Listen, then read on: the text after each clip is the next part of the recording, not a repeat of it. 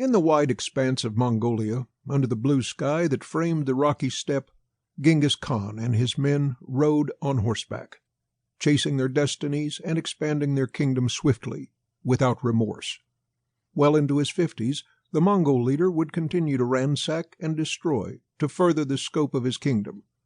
Using his cavalry warfare, he would put his enemies at a disadvantage and reap the benefits of his army's vastly superior mobility. This was during medieval times, lest we forget. So, while those in Europe struggled to lug around their oversized armor, the Mongolian warriors shot arrows from horses and rode circles around enemy forces. Speed became the emphasis. Siege warfare became his trump card for tearing down the walls around cities. But to give just a taste of the immensity of Khan's military accomplishments, history provides a fitting summary of Khan's career, and even of the generations afterwards. After uniting the nomadic tribes of the Mongolian plateau, he conquered huge chunks of Central Asia and China. His descendants expanded the empire even further, advancing to such far-off places as Poland, Vietnam, Syria, and Korea. At their peak, the Mongols controlled between 11 and 12 million contiguous square miles, an area about the size of Africa. That is a huge force. But questions must be posed and answered first, the most important being, how did a somewhat unimposing boy come to be such a ferocious warrior? We'll find out by analyzing his early years, his military exploits, and later his decline into old age, and what became of his kingdom. Genghis Khan's childhood, making a warrior. What can be said about his childhood? What factors were at work to determine what would later coalesce into the hardened warrior Khan would become? Ethical judgments and subjective evaluations aside, Genghis Khan, or Temujin Borjigin, as he was called from birth, was a highly skilled warrior capable of commanding large swaths of land wherever his horsemen roamed. But what facets of the man's childhood ultimately determined whom he would become in personality and temperament?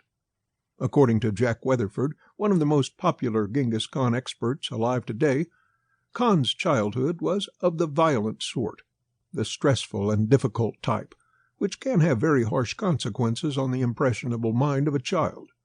Weatherford states that Genghis Khan grew up in a world of excessive tribal violence, including murder, kidnapping, and enslavement. As the son of an outcast family left to die on the steppes, he probably encountered no more than a few hundred people in his entire childhood. Weatherford continues in this light to explain that Khan showed very little similarities to the warrior he would later become. As a child, he feared dogs, and he cried easily. He was beaten up by his half-brother, and his younger brother was more athletically gifted than he was. But despite the odds stacked against him, and perhaps because of them, he began his upward trajectory towards his reputation-defining reign. He would later kill his half-brother and become the leader of his tribe.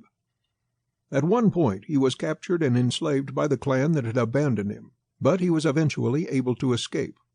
In 1178, Temujin married Borte, with whom he would have 4 sons and an unknown number of daughters. Soon the young, timid boy who had been bullied, captured, and enslaved would garner enough of a following to make quite the splash as a warrior. Born in one of the most remote places in the inner expanse of Eurasia, near the border of modern Mongolia and Siberia, Genghis would grow up among the rocky steppe and chaotic climate of the country. This is a land of marked extremes, where humans and their animals face constant challenges from the weather. And it can be easily inferred that harsh climate, the variability of terrain and weather, helped instill in Genghis and his men the adaptability needed for the toughness of war. Genghis and his men were hardened by the sometimes brutal aspects of the tribal life and the bitter weather conditions. It's no surprise that, like Greeks before, the Babylonians and other cultures who lived their lives in accord with nature, Genghis would also look to the calm blue sky as his deity. To keep listening to this audiobook, I've left you a link in the description so you can do it, at no cost thanks to Audible's 30-day free trial.